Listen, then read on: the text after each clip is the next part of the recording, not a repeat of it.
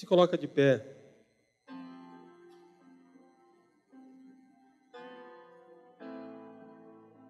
Eu quero nessa noite compartilhar com você aquilo que o Senhor tem depositado no meu coração nesses dias. Eu não consigo falar outra coisa nesses dias a não ser relacionamento, a não ser corpo de Cristo. Eu não consigo falar outro evangelho a não ser o evangelho de uma família, de um corpo. Eu até procurei outro evangelho, mas não tem na Bíblia. O evangelho de Cristo, ele fala sobre relacionamento, sobre construir um ambiente, sobre construir uma casa, sobre edificar uma cidade, sobre preparar um lugar. Quando cantávamos, nós falávamos sobre reparar o altar, sobre construir um ambiente.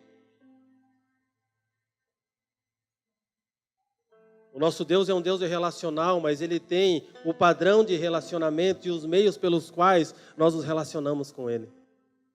O maior problema é que a igreja nos dias de hoje ela perdeu a visão do padrão e a forma com que se relaciona com Deus. E ela tenta se relacionar com Deus da forma que ela pensa que é, e ela não consegue. Porque, amados, entendam uma coisa, o padrão de Deus ele permanece o mesmo, Ele estabeleceu no princípio e vai ser até o fim dos tempos, o mesmo padrão. Padrões e fundamentos do Senhor não mudam, são imutáveis.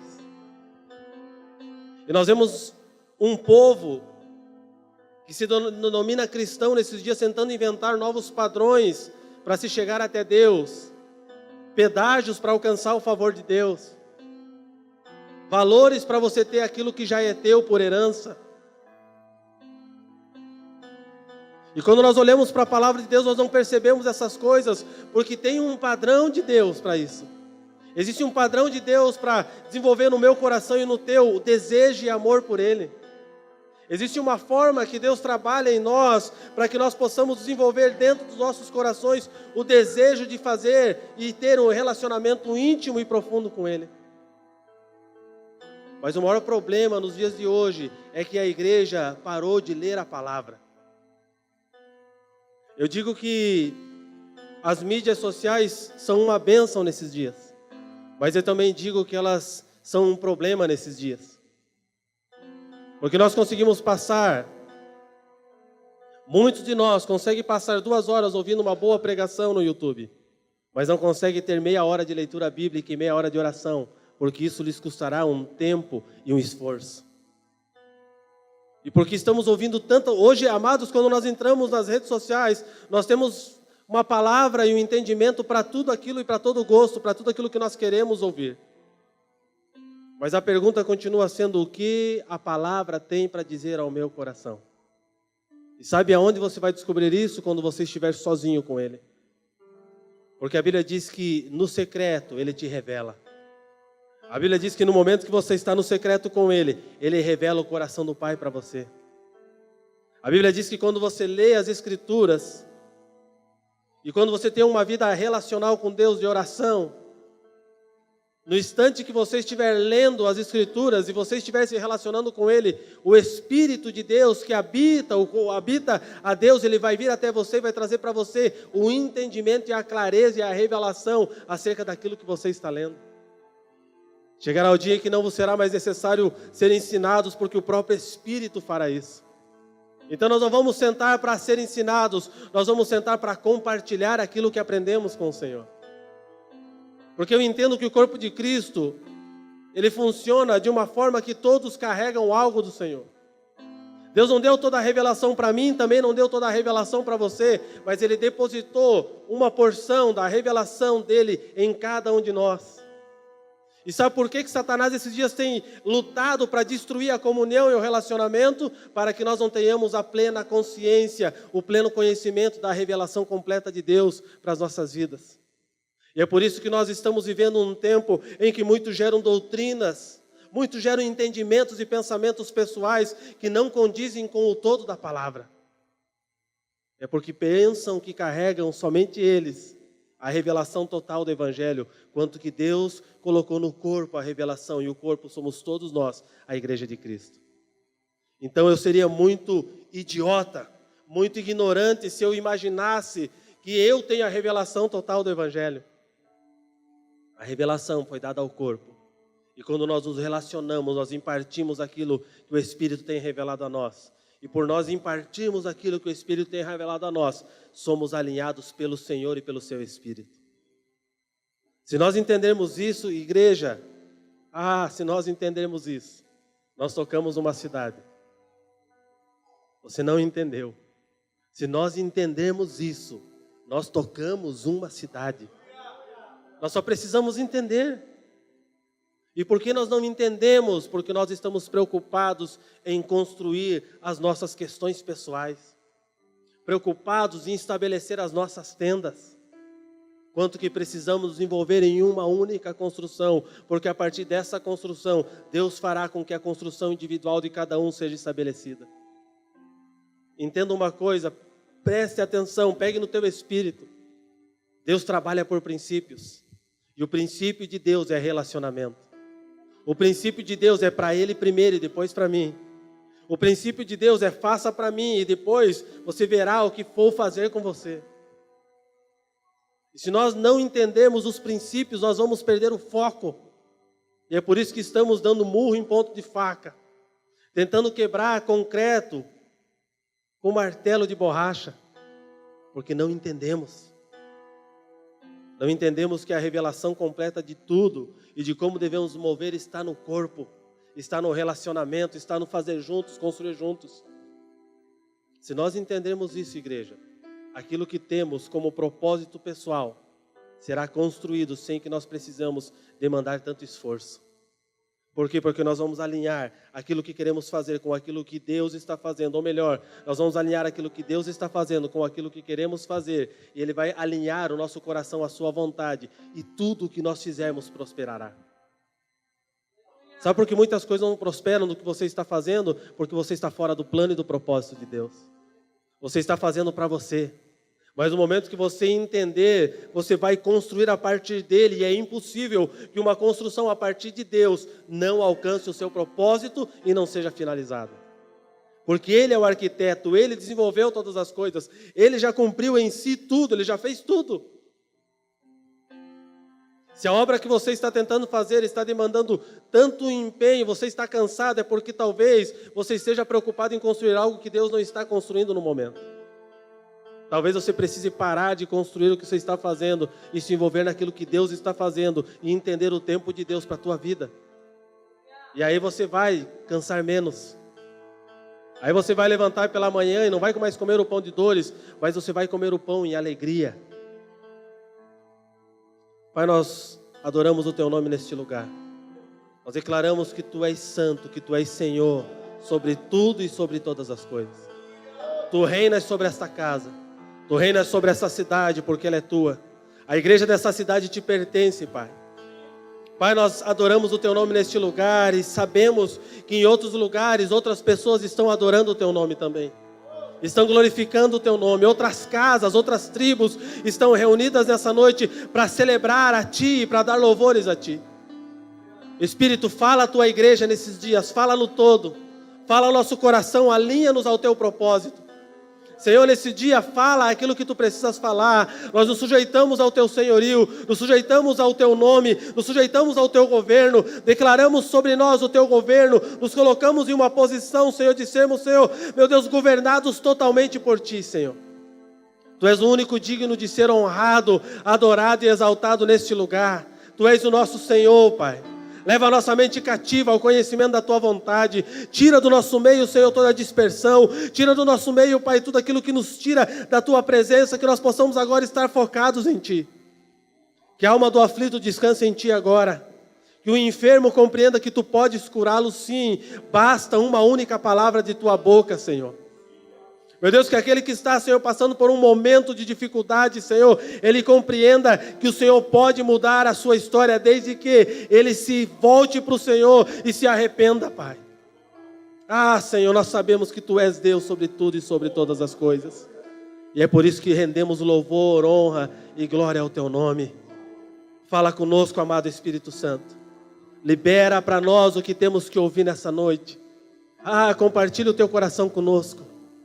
Senhor, que nessa noite seja gerado no nosso meio, Pai, um espírito de sabedoria e conhecimento, de sabedoria e revelação, de sabedoria e discernimento. Que nós não venhamos ouvir e não entender, que nós não venhamos ouvir por parábolas e não compreender, mas que nós venhamos ouvir, e a partir do ouvir nós venhamos compreender, e a partir do compreender nós venhamos nos movimentar, e a partir da movimentação nós possamos juntamente contigo ver o cumprimento da palavra. Nós declaramos que Tu és Rei sobre tudo e sobre todas as coisas, e nos sujeitamos ao Teu senhorio, Pai. Fala conosco em o nome do Teu Filho. Aleluia. Diga aleluia. Glória a Deus. Sente-se, querido.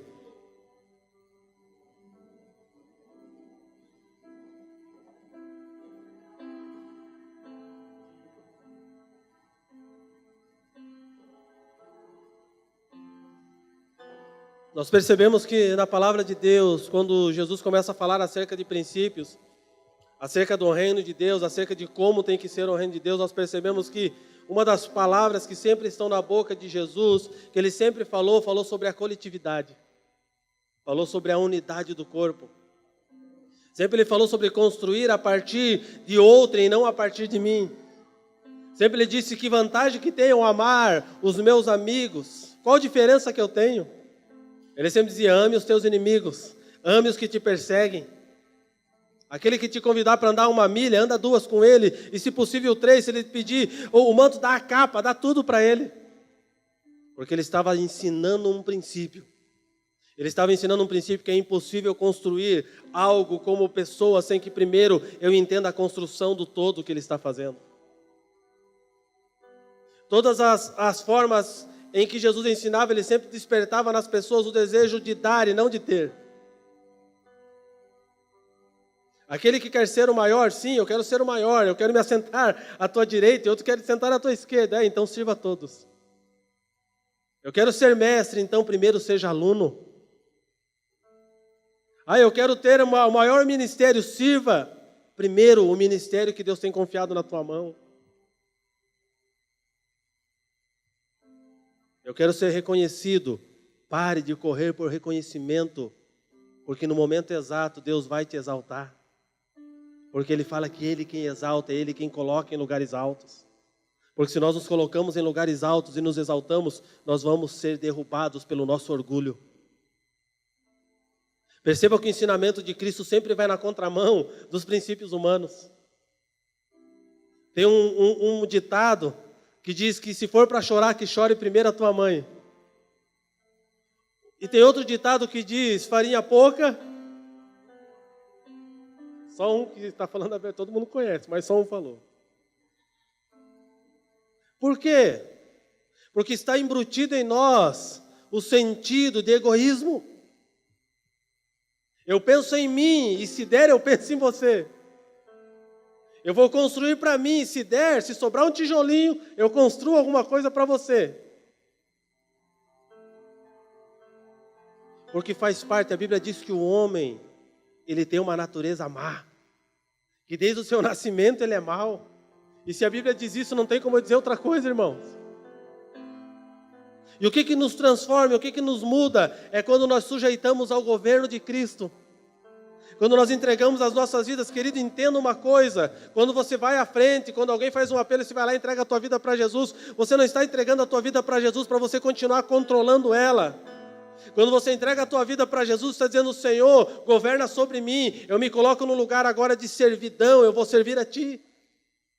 Porque se você entregou a tua vida para Jesus, e você ainda governa ela, você não entregou para Jesus. Não tem como. E por causa dessa falsa informação, desse falso entendimento, desse falso pensamento, eu penso que eu entrego, mas eu governo. Não, eu entrego e o governo também vai junto. E é por isso que nós continuamos vivendo a nossa vida dissoluta, coordenando a nossa vida de uma forma que nós achamos e da forma que nós pensamos, tomando decisões sem consultar aquele que é o dono da nossa vida. A Bíblia diz que Ele nos comprou. É isso que a Bíblia diz? Sim ou não? E qual foi o preço da compra? E uma vez assinado pelo sangue, não tem volta. É uma aliança eterna. Então, se eu compro algo, eu pergunto para você se o algo que foi comprado tem direito de escolha. Sim ou não? Se eu compro um carro Esse carro escolhe para onde vai ou eu conduzo ele?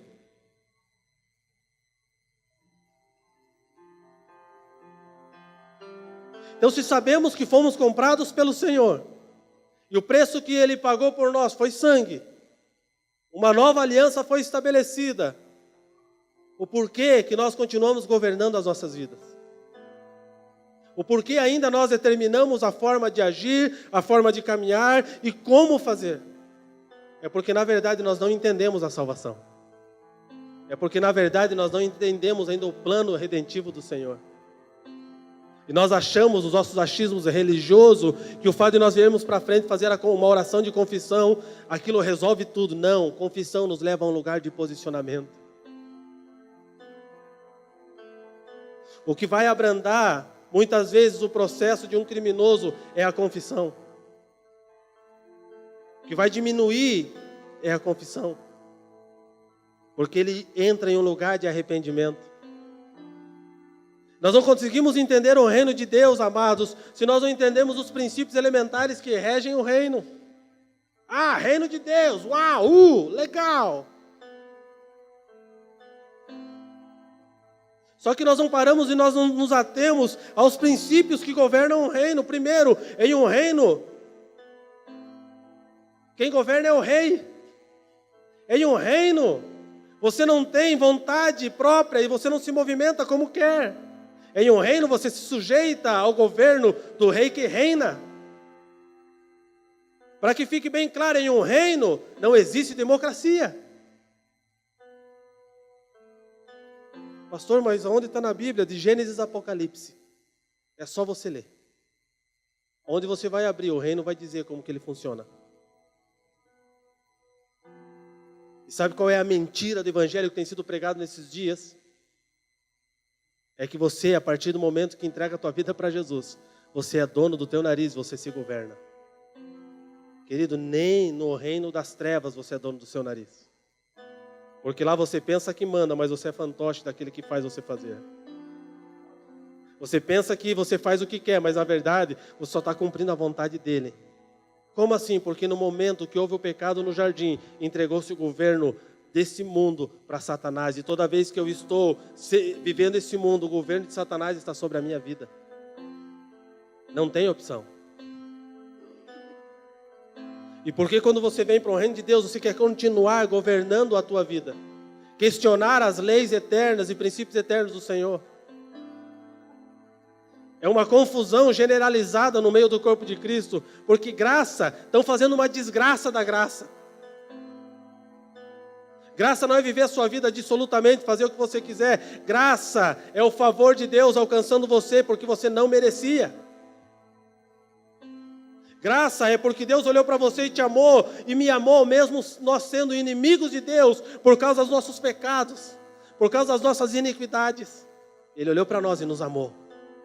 Então a graça não te dá o direito de viver uma vida dissoluta. A graça te traz a responsabilidade de voltar a viver quem você foi feito no Éden. Eu quero entender o reino de Deus, entenda a origem. Compreenda o princípio de tudo. Eu quero entender a graça está revelada em Gênesis inteira. Leia Gênesis, vai conhecer mais graça do que em todo o Novo Testamento. Porque a revelação da graça está ali. Deus nos resgata para quê? Para vivermos novamente um ambiente relacional e sacerdotal. O ambiente que Adão vivia era um ambiente sacerdotal e relacional. E quando Deus nos traz novamente para Ele, nos compra, nos leva de volta para a origem, Ele está nos levando de novo para um ambiente sacerdotal e relacional. Não tem como fazer uma coisa e não fazer a outra. E devido a uma teologia errada e mentirosa, nós achamos que a graça nos dá o direito de sobrepujar as coisas e as pessoas e passar por cima de tudo quanto é lei. Por quê? Porque eu sou filho do rei. Sabe o que isso aí? Isso aí é corrupção, irmão. Eu sou filho do rei, eu posso pegar e você não pode. Eu sou filho do rei, eu posso fazer porque o rei está comigo. Você não tem rei. Esses dias a minha filha menor, a Manu, ela foi mexer ali atrás no negócio ali com o diácono, estava cuidando ali, o irmão do Bindi. Ela foi mexer, a irmã falou, você não pode mexer aqui. Ela falou, posso sim. Não, você não pode. Ela falou, eu posso porque meu pai é o presidente daqui.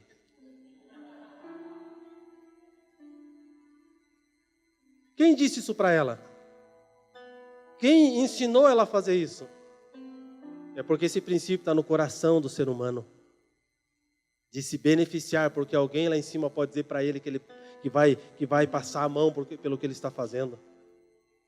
Se nós não guardarmos o nosso coração, a corrupção já gera em nós desde a infância. A irmã disse, então tá bom, eu vou conversar com seu pai. Ela falou, não, eu vou sair.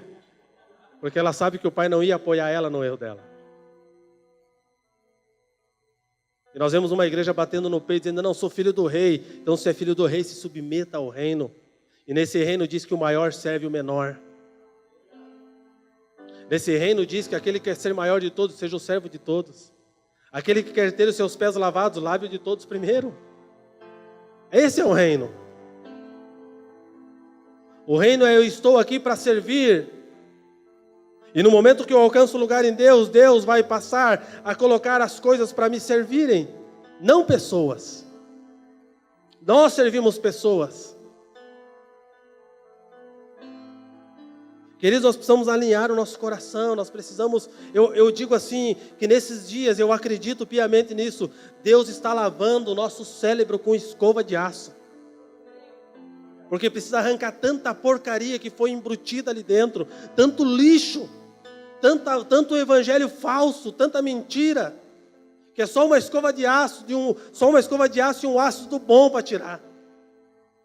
No meu tempo que eu trabalhava com área de limpeza, 25 anos atrás, o ácido Moncruste resolvia tudo. Nem sei se existe esse negócio ainda hoje. Mas jogava aquele ácido no chão, lavava. Deus está fazendo uma limpeza na sua igreja. Então, assim, chega do evangelho motivacional. O evangelho continua sendo de cruz, de entrega, de vida com Deus, de mortificar a carne, de derrubar aquilo que nos leva para longe do Senhor, de estabelecer um padrão diferente do mundo. Cada vez que eu olho para a minha vida, eu percebo o mundo, e se a minha vida está parecida com o mundo, eu me sinto um mundano. O Evangelho de Cristo vai contra tudo e contra toda a cultura do momento. Perceba que quando Jesus falava, ele começava a falar dos religiosos da época, eles falavam, nós não entendemos. E entenda um detalhe do Evangelho, que Jesus falava somente para os religiosos. Ele não pregava para aqueles que não tinham religião. Ele não falava para aqueles que não tinham uma religião. Jesus veio para as ovelhas perdidas de Israel. Ele pregou a Israel, a todos os religiosos da época. Foi para eles que ele pregou. E percebam que ele pregava, eles não entendiam. Eles ouvem, mas não compreendem. Eles veem, mas não enxergam. Ele fala, mas fala por parábolas. Como que nós vamos viver isso? É porque a religião estava tão engruvinhada, tão embrutida dentro dos homens, que eles já tinham um padrão de vida que eles não queriam abrir mão, porque o padrão do céu veio para confrontá-los naqueles dias. Sabe o que Deus está fazendo nos dias de hoje? Ele está confrontando de novo a religião.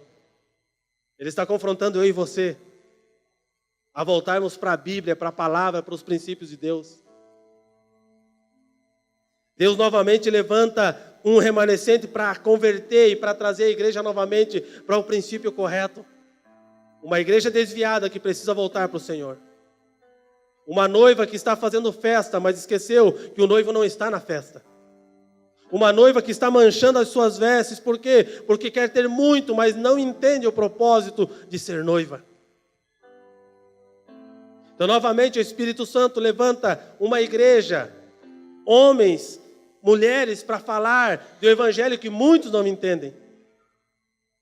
Porque o que diz se você é um bom crente ou um mau crente nos dias de hoje? O que diz que você é um bom crente e que você serve muito bem a Deus, se você tem uma casa de 3 andares e uma Ferrari na garagem, você é um excelente crente. Congrega na minha igreja. Mas se você tem uma vida medíocre, não, você está em pecado, cara, você tem problema. Se você está enfermo, se você tem alguma enfermidade, não só pode, é pecado. E se morrer de enfermidade, vai para o inferno direto. Porque o evangelho que se prega hoje não é o da Bíblia.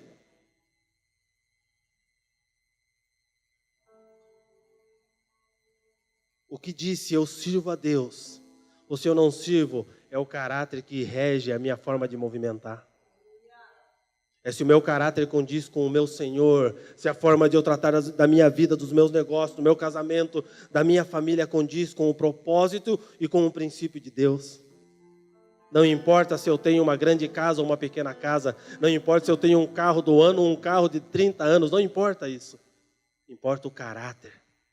Porque vai determinar Cristo na tua vida, é o caráter que está sendo moldado em você. Coisas, irmãos, são coisas, elas passam. A Bíblia diz para nós sermos contentes em todo o tempo com a nossa porção. E quando ela fala de porção, ela fala sobre aquilo que você está vivendo e está tendo. Deus não é pai de filhos miseráveis.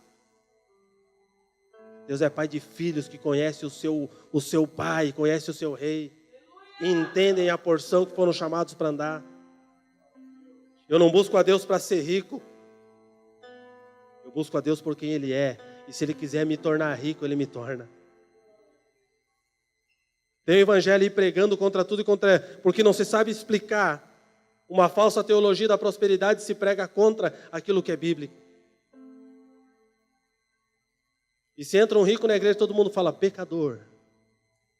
Entrou um pecador e vamos orar. Todo mundo, equipe de intercessão, levanta as mãos agora. Entrou um pecador na igreja. Tá bom, santo? Porque desenvolvemos uma mentalidade ridícula a respeito dos conceitos de Deus. Eu falo que a miséria não está, irmãos, no ter ou não ter a miséria, está aqui, ó, dentro de nós. Existem miseráveis que moram no Alphaville, existem miseráveis que moram na favela. Porque a miséria está aqui dentro, embutida dentro do ser. Deus não tem problema com riqueza. E Deus não tem problema com pobreza. Porque se você ler a Bíblia, você vai ver que sempre existiram os ricos e existiram os pobres. O Evangelho de Cristo não está baseado em uma igualdade, como muitos têm falado, tem que ser todo mundo igual. Eu percebo desde o Gênesis até o Apocalipse que existia as diferenças, mas aquele que tinha mais sujeitava-se e abençoava aquele que tinha menos. E aquele que tinha menos não ficava revoltado, amargurado porque o outro tinha mais. Ele reconhecia a sua porção e caminhava na sua porção. Quando nós olhamos para o Evangelho de Cristo dos nossos dias, o Evangelho que se diz de Cristo dos nossos dias, da tristeza. Eu lembro que há 5 anos atrás eu falei para Deus, sabe qual que é o meu desejo, Deus? É ir embora de Curitiba, morar num lugar bem longe com a minha família, onde ninguém me conhece, e levantar um altar dentro da minha casa, com a minha mulher, com as minhas filhas, cuidar do meu trabalho e viver a minha vida. Ai, que pensamento de um homem assim querido do Senhor, né? Que pensamento de um cara que está preocupado com o corpo. Deus olhou para mim e falou, você é um egoísta, cara. Você não entendeu nada. Você se acha a classe separada, você se acha o bonzão, né? Porque sempre quando nós não queremos nos sujeitar ao que Deus tem para fazer através das nossas vidas, nós procuramos uma desculpa espiritualmente boa para dar para Ele. E o que vai nos tornar uma igreja realmente relevante é sermos coletivos na única construção. É sermos coletivos no coração de Deus e naquilo que Ele está fazendo. Abra comigo Ageu. Senão você vai dizer que o pastor não leu a Bíblia hoje.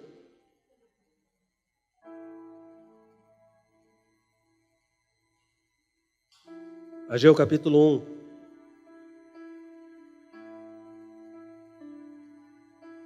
Anota o tema aí, Samuel. Nós vamos falar sobre construindo coletivamente para sermos guardados individualmente.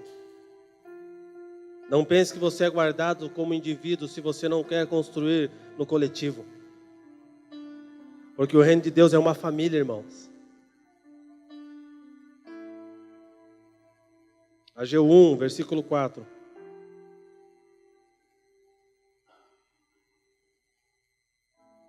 Eu sei que você já ouviu falar muito nesse texto. E muitas pessoas usaram esse texto para arrancar o teu carro, para tirar a tua poupança. Mas não é isso que ele está dizendo. O versículo 4 diz assim: porventura é tempo de habitares em casas com luxuoso acabamento, enquanto a minha casa continua em ruínas? Assim ordena Yahvé, o Senhor dos exércitos: considerai, pois, o vosso pecado.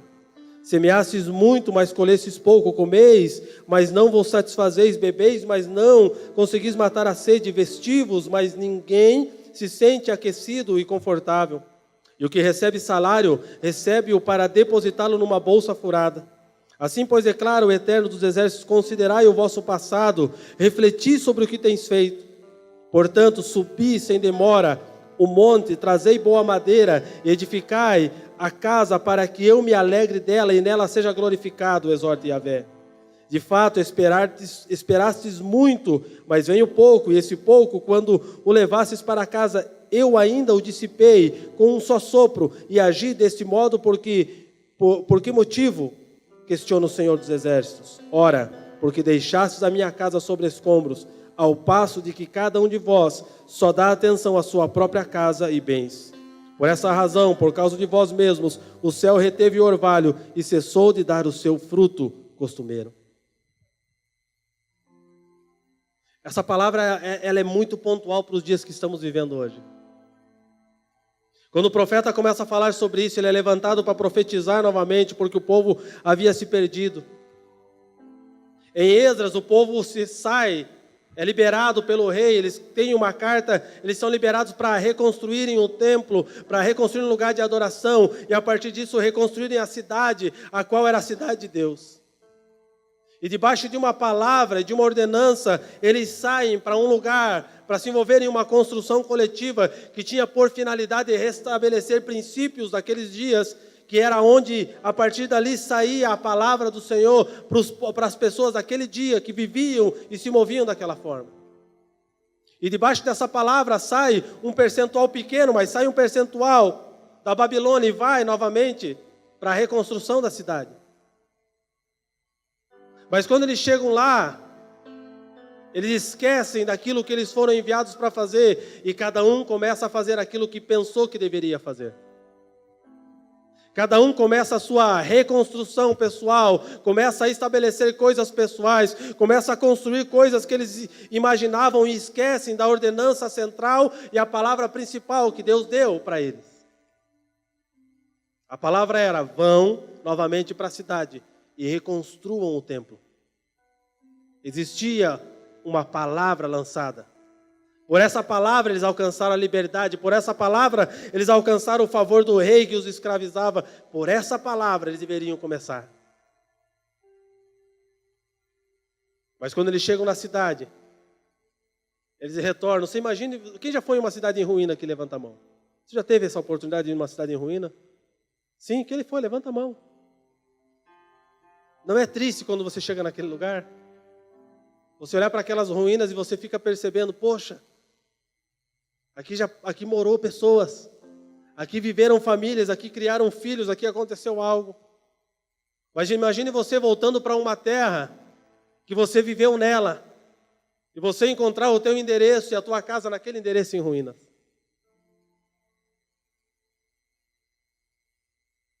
Quando nós olhamos somente para nós perdemos o foco do todo. Quando aquelas pessoas chegaram na cidade, elas começaram a olhar as ruínas e começaram a perceber os lugares que eles habitavam, e eles se preocuparam em reconstruir as suas casas primeiro. E por eles se preocuparem em reconstruir as suas casas primeiro, tudo o que eles faziam não prosperava. Tem gente orando para Deus fazer coisas, querido. Deus está com a mão, como diz um amigo meu, no teu peito. Não é o diabo. Ah, Deus tem que mudar essa situação, tem que fazer. A Bíblia diz aqui, nesse texto, nesse contexto, que era Deus quem estava fazendo. Até aquilo que vocês têm que sobra, eu sopro para que acabe. Porque vocês não entenderam o que eu estou fazendo.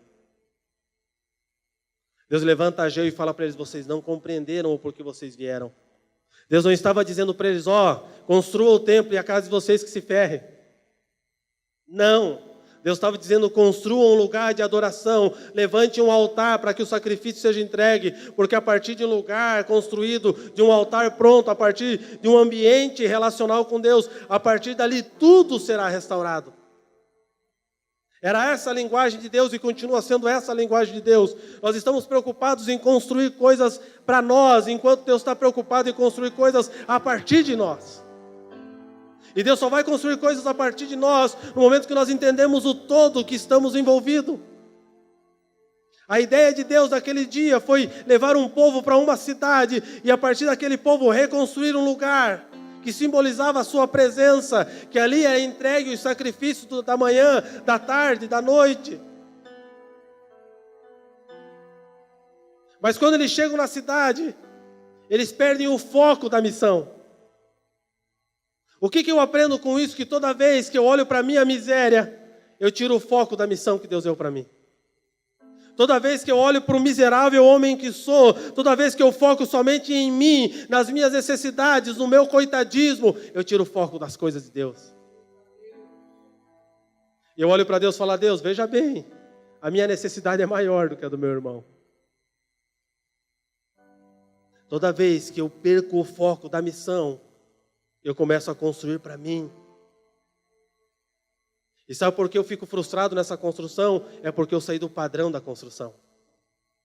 É porque eu estou fazendo achando que estou fazendo para o Senhor, mas na verdade eu estou fazendo para mim. Porque quem é para o Senhor é feito coletivamente. Então o profeta Ageu fala bem assim: parem.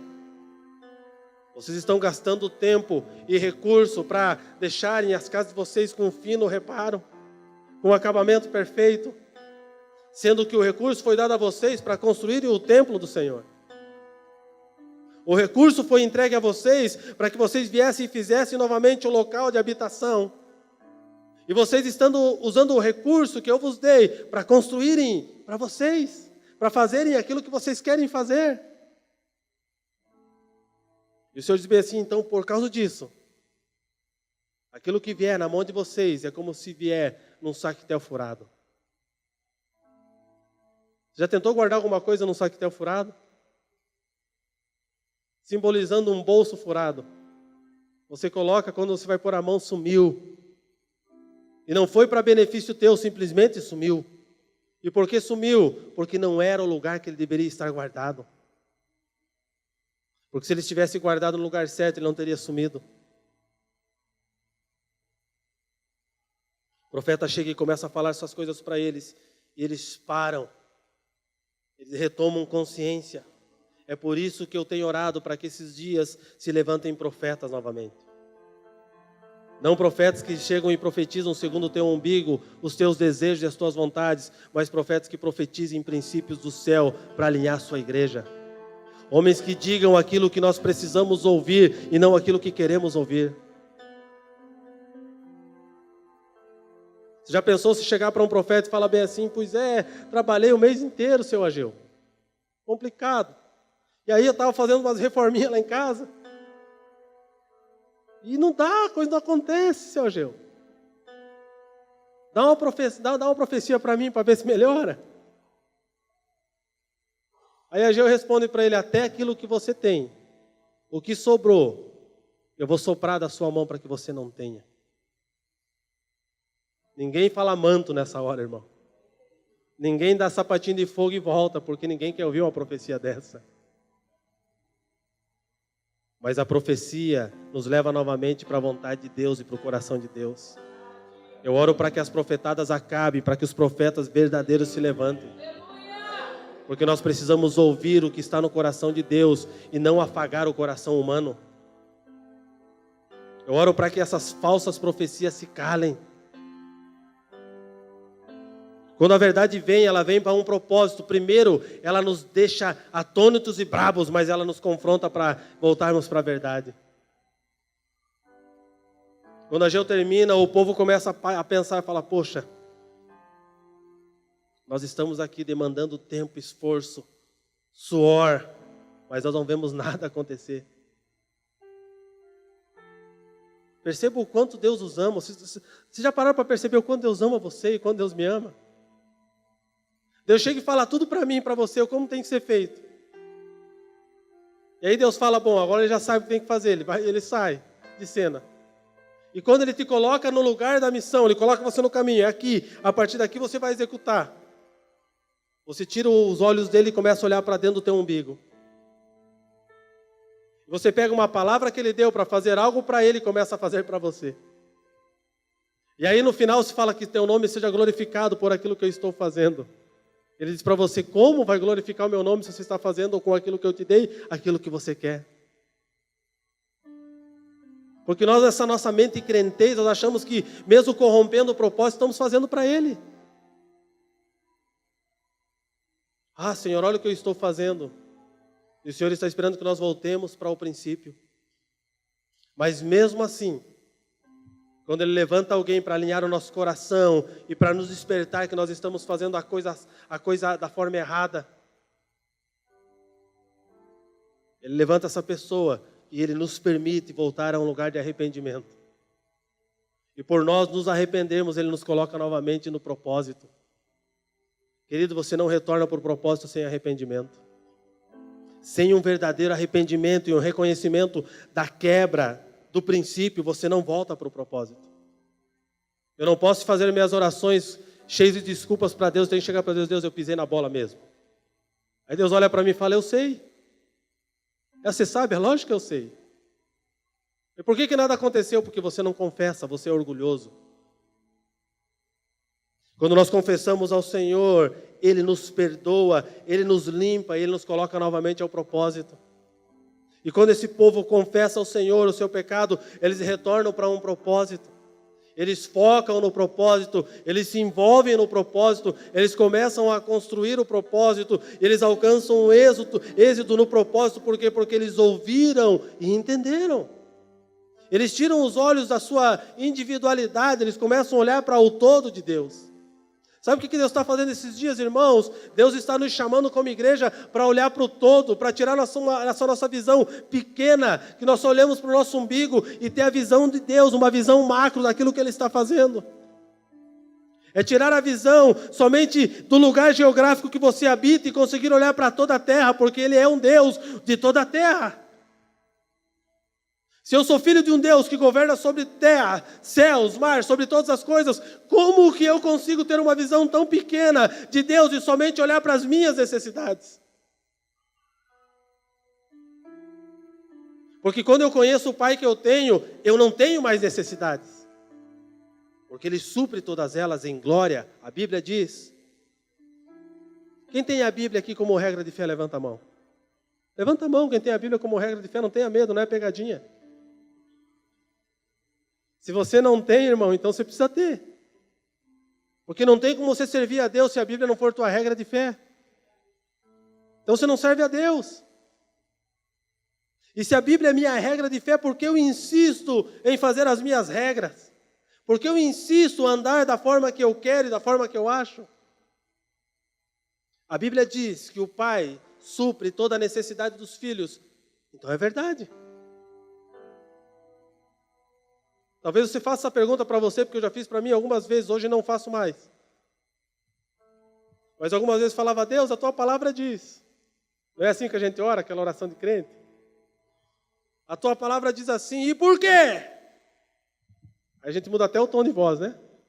E por quê? Por que eu não vivo esses dias, Senhor? Eu fico imaginando Deus do trono olhando para mim e falando-me assim, você não entendeu nada. E aquela voz mansa e suave do Espírito fala bem assim, porque você é um cabeção. Porque você não vive a palavra.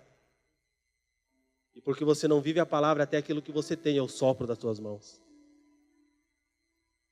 Perceba que se eu não entender a palavra, eu não consigo construir a partir da palavra. Você pode construir sem Deus? Pode. Mas é melhor você construir com Ele. Certo dia, uma pessoa, um ateu, falou para mim assim, eu não acredito em Deus. Eu falei, você tem certeza que você é ateu? Eu tenho. Eu falei, então você tem fé em alguma coisa. Não dá dizer que não tem fé, você tem fé que você é ateu, então você crê em alguma coisa. Eu não creio em nada, você não crê que você é ateu? Creio, então você crê em alguma coisa. E aí eu falei para ele falou, não sei como é que se fica nessa, acreditando aí Jesus, aleluia, glória a Deus. Eu perguntei para ele, você conhece a eternidade? Não. Eu falei, nem eu. Mas eu prefiro arriscar e crer naquilo que parece loucura para você, do que acreditar que eu sou melhor do que aquilo que me criou. É melhor ser um louco acreditar na eternidade do que ser um sábio acreditar somente que eu venho prover todas as coisas. E nós seguimos a nossa conversa e eu falei bem assim, se o homem fosse autossuficiente, o homem também era autoimune. O homem não morria, o homem não ficava enfermo e o homem não ficava doente. O homem provia tudo e não teria falta de nada. E aí foi uma conversa bem longa. Eu não tentei convencê-lo de Cristo. Porque esse não é o meu trabalho, é o trabalho do Espírito Santo. O meu trabalho é mostrar Cristo através da minha atitude. O problema da igreja é que ela quer convencer as pessoas do pecado e do juízo, sendo que ela precisa ser o evangelho, só isso. Porque se nós formos um evangelho vivo e verdadeiro, o Espírito tem ambiente para atuar, porque no momento que entra o confronto na mente do homem, há um terreno para o Espírito Santo de Deus atuar. Toda vez que você foi confrontado pelo evangelho e você se sujeitou a isso, você permitiu que o Espírito Santo alinhasse o teu coração. Mudança de mente é posicionamento. Quando Ageu termina isso, ele termina de falar, as pessoas se posicionam novamente, eles compreendem que não tem como eles construir uma cidade sem que tenha no meio dessa cidade um lugar de adoração. Para que haja uma cidade governada por Cristo, primeiro precisa ter um ambiente de adoração para Cristo. Para que eu construa algo para o Senhor, primeiro tem que ter um ambiente de adoração para o Senhor. Eu posso estar fazendo muitas coisas parecidas com isso, mas não estar fazendo aquilo que Deus espera de mim. Quando eles terminam a construção, o que eles fazem? Eles terminam a construção, agora estou parafraseando a palavra. Eles retornam e continuam a reedificação da cidade ou cada um retorna para as suas casas, preocupados com a sua construção? Quem já leu Esdras, Neemias, Ageu, Zacarias, então vocês vão entender o que eu estou falando. Os outros leiam. Chega de miojo, irmãos. Chega de prato pronto, vamos ler a Bíblia. Chega em casa, Ageu é bem pequenininho. Mas só vai entender Ageu se ler Neemias e Esdras, Zacarias, Ezequiel, Daniel, Jeremias. Lê a Bíblia toda que fica mais fácil. Isaías. Mas perceba que quando eles terminam de fazer, de construir isso, eles estão nos finalmente, eles esquecem novamente do Senhor. E o que eles voltam a fazer? Voltam para as suas casas e voltam a fazer o que de novo? Adornar as suas casas. Eles não concluíram a obra. Vocês entendem por que é necessário o profeta? Para que toda vez que nós nos desviamos da palavra, ele nos traga de volta. Porque, irmãos, nós precisamos entender uma coisa. Deus não tem prazer em ver os seus filhos sofrerem, não. Ai, Deus está lá do trono, sofre, desgraçado. Cara, que Deus que é esse? Aí, viu, se ferrou, falei. Sei se eu e você, irmão. Essa é essa nossa natureza humana. Eu falei, não me obedeceu, agora se ferrou. Mas Deus olha para lá e fala, até quando? Até quando você vai sofrer? Até quando você vai viver essa vida porque você não me ouve? E novamente eles terminam a construção e voltam para os seus afazeres. Deus precisa levantar um outro homem. Porque tinha uma obra para ser concluída. Não adianta eu ter um ambiente de adoração sem que eu tenha um ambiente de proteção que guarde a adoração que eu estou levantando. É por isso que a adoração e a intercessão precisam andar juntas.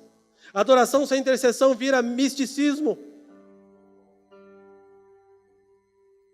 É por isso que uma coisa depende da outra. Eu preciso ter ambiente de adoração, mas eu preciso ter proteção para aquele ambiente. Eu preciso ter altares, mas eu preciso ter proteção para os altares. Certo dia, alguém me disse, falou assim para mim, pastor, eu acredito assim que o negócio é orar. A igreja tem que orar, só orar. Falei, como assim? Não, ler Bíblia não precisa. Orar, tem que orar, aleluia. Me diga que mundo que você vive, irmão. Porque o princípio da oração é a palavra. Eu só posso orar aquilo que a palavra diz, então peraí. Essa é mais uma das teologias mentirosas que habitam no meio da igreja, mais uma mentira, mais um engodo. Aí entra naquilo que Tiago fala, oram e oram errado, por quê? Porque só oram para as suas vontades, para os seus desejos, para o seu umbigo. Sendo que o princípio da oração é a palavra. Eu não posso orar nada que não esteja na palavra. Pai nosso que estás no céu, santificado seja o teu nome. Como que eu santifico o nome de Deus? Vivendo a vida concernente à vontade de Deus. É o primeiro parâmetro da oração. Como devemos orar? Pai nosso que estás no céu, santificado seja o teu nome. Como que eu santifico o teu nome? Cumprindo a tua lei, cumprindo os teus princípios, tendo um caráter de homem concernente ao homem de Deus. E aonde eu encontro isso? Na leitura da palavra. Então como eu vou orar se eu não conheço a palavra? Não existe. É uma oração almática, mentirosa, que só gera desejo, só gera uma alegria momentânea, ou melhor, uma felicidade, mas não gera alegria no espírito. Nós vemos homens que oravam a palavra, estavam presos, chicoteados, e eles estavam orando a palavra. Porque a momentaneidade da vida deles não condizia com a atitude deles no momento. Não era a circunstância que demandava a forma que eles adoravam, eles estavam presos, chicoteados, eles estavam levantando altares de adoração, por quê? Porque eles estavam protegidos pela intercessão. Os homens vão lá, levantam o altar e voltam a viver as suas vidas. Não, agora nós temos um altar de adoração, levantei um altar de adoração, agora sim, agora é com Deus. Aleluia. Agora eu tenho altar. Aí Deus olha assim para o povo, que nem Ele olha para mim e para você. Não entendeu nada.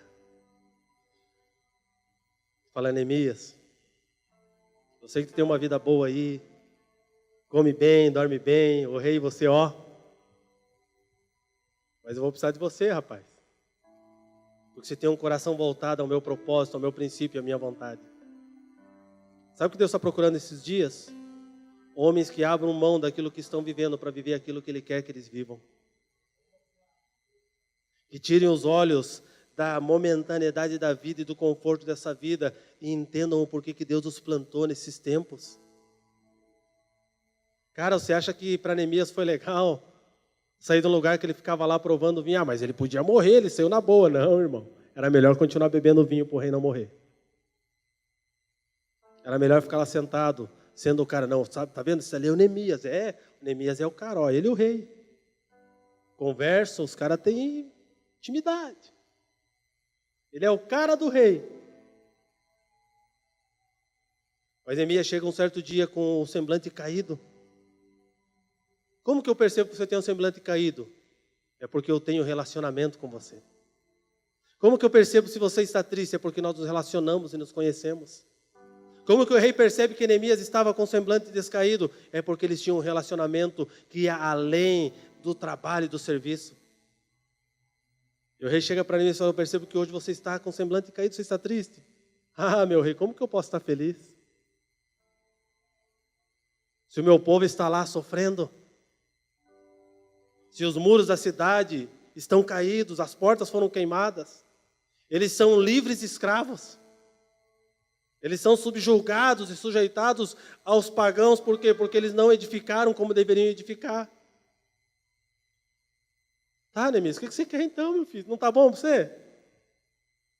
Você não está feliz? Você bebe o vinho do rei, come na mesa do rei. Tua família está bem guardada na casa do rei. Não está bom para você não, rei? Não, então eu não te entendo, cara. O mundo não compreende aqueles que entendem o propósito, queridos. Não espere que o mundo compreenda você nesses dias, é porque você está entendendo o propósito de Deus. O mundo não vai compreender você. E ele nem tem como compreender, porque aquilo que governa você é diferente do que governa o mundo. Neemias se volta e o rei fala, tá bom, o que eu preciso fazer para você? Eu preciso disso, disso e disso. Ah, tá bom, então tá aqui, vai. Deus levanta um rei primeiro para concretizar a obra do templo. E Deus levanta a partir de um rei a condição para concretizar toda a obra da cidade. Porque para Deus as duas coisas são importantes. Neemias sai, ele vai e começa a avistar a cidade, olhar a cidade e ver os pontos que precisavam ser trabalhados. E a partir dele avistar, olhar, ele começa a trabalhar nos pontos exatos. Não adianta você querer fazer a obra de Deus no teu achismo, você tem que entrar em um lugar de meditação e contemplação. Meditar e contemplar, e a partir da contemplação você se movimenta. Ele diz que ele vai para um lugar, ele não avisa ninguém, nem um oficial, nem um governador de Judá, da cidade, ele não avisa ninguém, ele vai sozinho. E à noite ele começa a contemplar, e a partir da contemplação, ele entende aonde ele precisava trabalhar. Sabe qual que é o problema das nossas vidas do dia de hoje? É que nós ficamos tão afoitos em nossas orações, de falar tanta coisa que a gente não para olhar para dentro da gente. A gente encontra o problema em todos os lugares, mas não conseguimos olhar para nós, porque não conseguimos parar um pouco. Nós estamos envolvidos com tantas coisas dessa vida, com tantos negócios, com tantos afazeres, que não paramos para olhar para nós. E por não olhar para nós não conseguimos permitir que o propósito de Deus se cumpra em totalidade nas nossas vidas. Após isso, Neemias reúne o povo, chama o povo e fala, bem, vocês construíram o templo, vocês fizeram um lugar de adoração, legal, mas esse lugar de adoração e as famílias de vocês continuam desprotegidas. Queridos, nós só vamos encontrar um lugar de proteção quando nós entendemos a unidade do corpo. Não adianta eu falar, não, a minha casa está boa. Como está a tua casa, Ivan? Não, pastor, minha casa está maravilhosa, está uma bênção, terminei, a minha família está tudo guardada, não tem problema. Legal, bênção, beleza. E a tua volta? A minha volta eu não sei, o que importa é a minha casa. E a cidade? A cidade não me importa, importa que a minha casa está bem. Só que se o inimigo entrar em uma cidade que não tem proteção, todos os habitantes da cidade padecem. Então eu não posso olhar somente para a minha construção, eu preciso olhar para a construção total, para o todo de Deus. Neemias chega e desenvolve esse entendimento neles, vocês fizeram bem, fizeram legal, beleza, mas nós precisamos levantar novamente um ambiente de proteção para que a cidade realmente esteja guardada e cumpra o seu propósito. Ele une novamente os líderes, ele une os chefes de tribo, e todos se juntam para reconstruir aquilo que estava destruído. Se eu não me engano, há cerca de 13 a 15 anos eles tinham ido para lá, para construir o templo, mas eles só construíram o templo e pararam. Havia uma cidade que precisava retomar a sua vida e ser reconstruída. E o descrédito era tanto que quando eles começaram a fazer, homens que primeiro queriam se envolver, depois tornaram-se perseguidores daquela obra, olhavam para eles, tá bom, então levanta aí, cara. Uma raposa vai passar e vai derrubar o teu muro. Levanta aí, você é o bonzão, então levanta.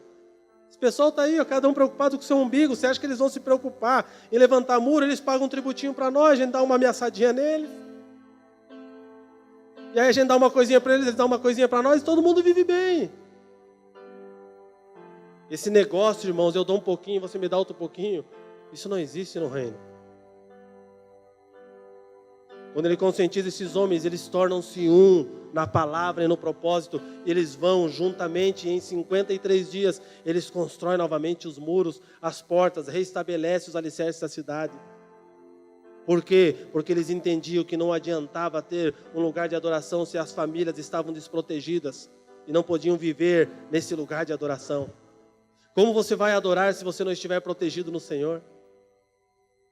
Como eu vou fazer algo, queridos, entendam que não tem como eu gerar um ambiente de adoração, de intercessão, sem que esse ambiente seja gerado na coletividade do corpo.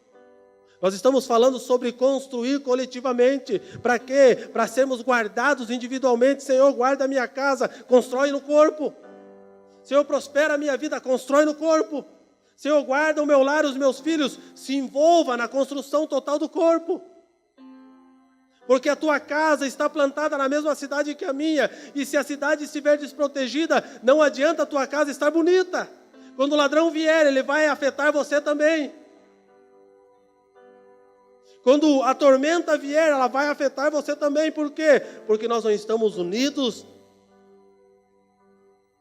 Toda palavra ensina algo. Só existe uma concretização e uma vitória na união de um povo. Falando biblicamente, historicamente, todas as coisas foram alcançadas por meio de unidade, de união, para um único propósito. Ou vocês pensam que nas grandes guerras, todo mundo ficava lá com aquela cara de vou morrer daqui a pouco, feliz da vida? Não, eu estou na linha de frente, vou tomar o primeiro tiro, uau! Oh! Quem vai morrer primeiro? Eu! Ah, irmão, por favor. O cara não queria estar ali, mas ele entendia que era necessário, porque havia um propósito. Precisava construir para a próxima geração, precisava se mover. Dependia, a paz dependia, a construção dependia do esforço, do sacrifício dele. Nações existem hoje porque pessoas morreram para elas existirem. E nós queremos conquistar e andar no reino nessa moleza, achando que nós não vamos ter sacrifícios pessoais para isso. Muitos morreram, mas os que vieram depois alcançaram a promessa daqueles que morreram. Os pais da fé não viram, mas construíram sabendo que aquilo seria edificado um dia. Eu não planto hoje para colher amanhã, eu planto e se eu colher, aleluia. Se eu não colher, aquele que virá após mim vai colher. Mas o importante é que eu preparei a terra para o plantio. Isso é corpo, é coletividade, é quando eu compreendo por que Deus nos chamou como igreja. Vem um, restaura o templo, vem outro, restaura os muros, toda a cidade protegida, lei novamente no lugar, princípios estabelecidos de novo, adoração e intercessão funcionando da mesma forma. Resultado, uma cidade guardada, protegida e escondida em Deus, propósito concluído. Por quê? Porque entendemos a coletividade que vai nos abençoar na individualidade. Deus não vai te abençoar como indivíduo se você não compreender o corpo. Chega de comer o pão de dores, porque só estou olhando para o meu umbigo, eu preciso olhar para o corpo, para o todo.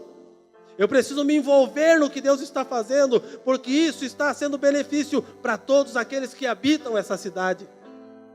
Sabe qual é a função da igreja nesses dias, amados? É construir um muro.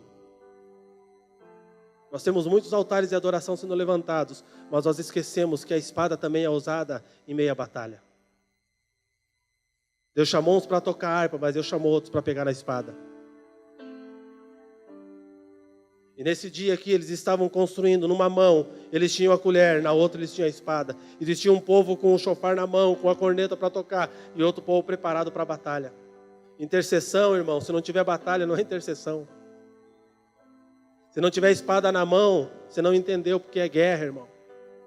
Deus não chamou uma igreja bunda mole, frouxa. Deus chamou uma igreja de soldados dispostos para sacar a espada.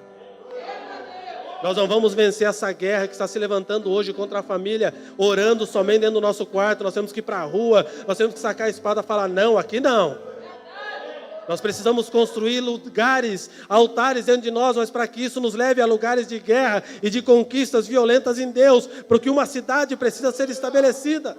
Para que um reino se estabeleça, outro tem que ser derrubado. Satanás está tentando derrubar o reino de Deus, ele não vai conseguir. Agora nós temos que ser uma igreja que se move. Não é tempo de ficar tocando harpa no quarto, é tempo de preparar um ambiente e ir para a rua com a espada na mão. É um tempo de guerra, nós estamos em guerra. Ah, Senhor, salva minha família. Abra a tua boca e fala, porque eu vou salvar a tua família. Se mova. Se vocês perceberem, nesses últimos 10 anos, está sendo preparado todo o ambiente para atingir essa geração que nasceu nesse tempo, para desconstruir a mentalidade delas. E sabe o que é terrível? Que ainda tem igrejas pregando que você só vai servir a Deus e cumprir o propósito de Deus se você for um pastor, um diácono, alguma coisa. Eu oro para que Deus levante homens de Deus como professores das escolas. Eu oro para que Deus levante advogados, médicos. Eu oro para que Deus levante engenheiros. Eu oro para que Deus levante professores de faculdade que vão fazer Cristo manifesto lá dentro. Por quê? Porque nós abrimos mão disso, dizendo que isso não é sagrado. Isso é sagrado. Não existe metade. O evangelho é um todo. Vai estudar, irmão. Se Deus te chamou para ser professor, pelo amor de Deus vai ser professor. Aí o salário é baixo, caminhe por propósito, não por dinheiro, porque o propósito gera todo o recurso para o teu sustento. Não é mais tempo de escolher o que você vai ser pelo dinheiro que vai te dar, irmão. Não, acabou esse tempo. Entenda a igreja. Nós precisamos retomar lugares que nós entregamos de mão beijada. Ai, pastor, lá na escola estão ensinando umas coisas ruins para o meu filho. Por quê? Porque a igreja estava calada dentro do templo só. E a espada estava enferrujada. Vamos reconstruir as muralhas. Vamos retomar a espada. Adore sim, mas entre em ambiente de guerra. Porque aquilo que você tem que fazer, é você que vai ter que fazer, é você que tem que se posicionar. Deus não vai mandar um anjo do céu para ir em lugares e falar, não, vocês estão falando errado. Não, irmão. Eu sei que tem um bando de gente aproveitadora nesses dias usando a situação para se promover. Eu sei disso, sempre vai existir. Agora, porque eles estão usando a verdade em detrimento próprio, não quer dizer que deixou de ser verdade. Agora, se você sabe da verdade, como fazê-la da forma verdadeira, e você não faz, você é pior do que ele. Então vamos entender que é tempo de guerra. A igreja precisa se posicionar nesses dias. Nós temos que gerar um ambiente de adoração, sim, sempre. Altares, sim, sempre. Mas é o momento de nós irmos para a rua com as nossas espadas nas mãos. Ah, pastor, por exemplo, ir para a rua com faixa? Não, irmão, você não entendeu o que eu estou dizendo. É um tempo de nós irmos para a rua no sentido de posicionamento, dizer, não, a minha casa você não vai tocar porque eu não vou aceitar. Posicionamento. Assim como homens se posicionaram nesses dias, é necessário que homens se levantem nesses dias, e mulheres e famílias, e se posicionem da forma correta que Deus espera que eles se posicionem. Eu digo para vocês, não são dias de nós ficarmos brincando mais, são dias de nos posicionarmos. E eu oro para que Deus levante Ageu nos nossos dias. Eu oro para que Deus levante Neemias, Deus levante Esdras, Deus levante Zacarias.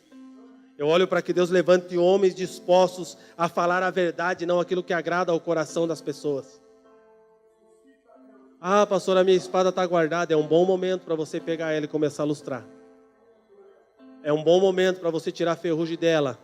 E qual que é a espada que eu uso? É a palavra. Mas como que eu vou usar uma espada que eu não conheço? É porque eu não leio a Bíblia. Vocês entendem o porquê é importante ler a Bíblia?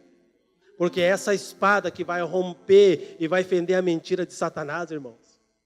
Eu não estou falando você sair na rua, pegar, vem cá, Ivan, eu vou arrebentar você, cara. A espada é a palavra, irmão. Às vezes, não vão dizer que não dá, né, irmão? Dá vontade de pegar no pau mesmo, bater.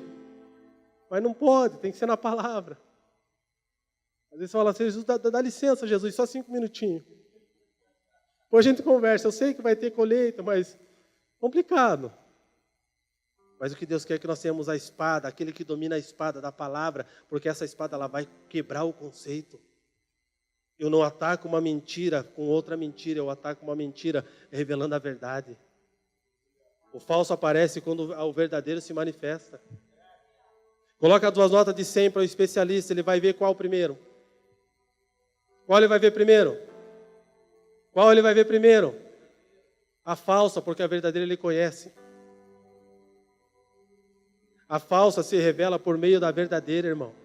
Se nós falarmos a verdade, vivermos uma verdade, a falsidade, a mentira, ela vai se autodecompor, ela vai se autodestruir. Por quê? Porque nós estamos colocando e gerando um ambiente de verdade. Precisamos pegar as nossas espadas, a palavra de Deus, e defender as nossas casas, as nossas famílias, pela palavra. Tem um texto que diz bem assim, peguem nas suas espadas, peguem e vão para a guerra para defender as suas casas. Não é tempo de ficar em casa, é tempo de ir para a batalha. Existia um tempo de se guardar em casa, sim, mas também existia um tempo de batalha. E o homem que era negligente com isso, ele era tido por o pior dos homens. Aquele que tem sido negligente com a palavra, negligente com o momento de guerra que a igreja está vivendo, ele é o pior dos homens desses dias. Precisamos alinhar o nosso coração à palavra. Precisamos de um ambiente de adoração, sim, mas precisamos de palavra, espada de Deus, para que essa adoração se transforme em poder e se transforme em dínamo e traga o resultado esperado do Senhor. Queridos, Deus está edificando uma cidade. Deus está construindo um povo. Deus está movendo uma família. Deus está edificando casas a partir da coletividade do corpo. Então pare de construir para você e comece a fazer para Ele, porque para você Ele já fez. Tire a visão do eu e comece a olhar para a visão dEle. Ele vai te tornar, não seja negligente no teu serviço, no trabalho que te foi confiado, mas também não seja negligente no serviço ao Senhor. Não seja negligente na construção como uma igreja coletiva. A responsabilidade nesses dias de manifestar a verdade é nossa e não do mundo. Não cobre do mundo o que o mundo não tem para dar. São dias de espada, irmãos. São dias que nós precisamos sacar a espada e trazer a verdade novamente para a nação e para as nossas famílias. Não permita que os teus filhos sejam enganados, porque você tem a verdade. Você carrega uma verdade e você pode fazer toda a transformação e a mudança. Se coloque de pé.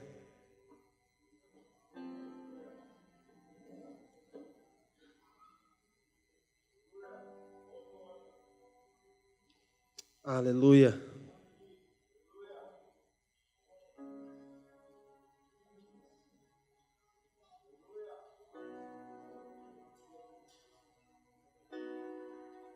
Em Neemias 4, versículo 21, diz assim: assim trabalhávamos na obra, metade dos homens prontos para lutar com suas armas à mão, desde o alvorecer até o pôr do sol. Metade adorava e metade guerreava. Metade estava com a colher de pedreiro na mão e outra metade estava com a espada na mão. É um tempo em que intercessores e adoradores precisam compreender o todo do corpo. Não é mais tempo de ficar brigando quem está fazendo a melhor coisa. Mas é um tempo de entendermos que todos fomos chamados para algo. Imagine vocês se nesses dias o povo falasse: não, só os levitas foram chamados para reconstruir o templo. Nós não. Ah, só fulano foi chamado, eu não. Você mora na cidade, então é tua responsabilidade estabelecer os muros. Você faz parte da família, então é tua responsabilidade guardar o todo. É tua responsabilidade se preocupar com o todo e não somente com aquilo que você acha que deve se preocupar. No versículo 15 do 4 diz: quando nossos inimigos descobriram que estávamos bem informados sobre todos os seus planos e que Deus tinha frustrado a sua trama sigilosa, todos nós retornamos à obra no muro, cada um para o seu trabalho específico. Daquele dia em diante, enquanto a metade dos homens dedicava-se à restauração da muralha, a outra metade permanecia atenta e armada de lanças, escudos, arcos e couraça. Os chefes e os oficiais davam apoio a todo o povo de Judá. Os carregadores por si mesmos tomavam as cargas, cada um com uma das mãos fazia a obra e com a outra empunhava a sua arma. Está dizendo sobre pessoas que pararam de dizer que só foram chamados para fazer tal coisa e se envolveram com aquilo que eles não tinham chamado, mas eles entenderam a necessidade. Eu fui chamado para fazer isso, entenda a necessidade do momento e se envolva. Eu só fui chamado para tocar instrumento. Qualquer um quer ser chamado para tocar instrumento, irmão. Quero ver você ser chamado para quebrar pedra, para pegar na marreta. O meu chamado é para tocar instrumento, aleluia, mas se envolva com aqueles que estão construindo, porque é necessário. Porque depois de tudo restaurado, cada um funciona na sua função, sem problema nenhum. Feche os teus olhos.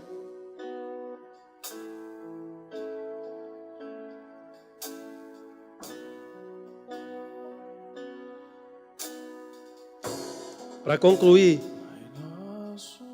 Neemias 3, versículo 6. Neemias 4, versículo 6.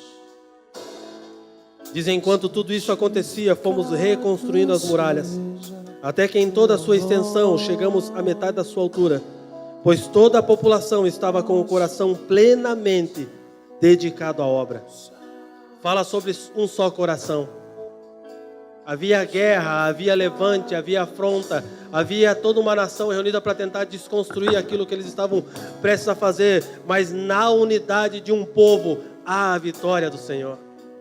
Sabe onde consiste a nossa vitória? consiste na unidade. Sabe como consiste a nossa vitória no todo? Consiste na unidade, na unanimidade de coração, todos envolvidos para uma única obra. O que falta para a igreja nos dias de hoje, para nós como casa e para a igreja de Cristo na cidade, é entender a unanimidade do propósito. É entender que precisamos funcionar para um único propósito e construir para um único Deus. E depois nos preocuparmos com as nossas casas. Eu não posso me preocupar somente com a minha casa Mevan, enquanto os muros da cidade estão desconstruídos. Eu preciso me unir aos meus irmãos para que os muros sejam levantados novamente, para que a minha casa também faça parte de tudo aquilo que Deus está estabelecendo na cidade. É tempo de olhar, irmãos, para o todo e não somente para o nosso umbigo. Feche os teus olhos. Eu quero convidá-lo a orar nesse momento, dentro daquilo que falamos, dentro daquilo que você entendeu da palavra. Ore a respeito. Olhe aonde você está incluído e o que você precisa mudar em você para que você entenda essa palavra. Para que você entenda que existe uma cidade e que ela precisa ser reconstruída. E eu e você somos os reconstrutores dessa cidade. Eu e você somos aqueles que vão pegar na espada e vão pegar na colher de pedreiro.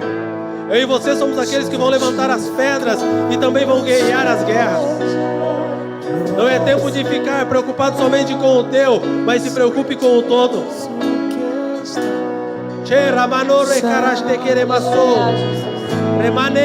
Santificado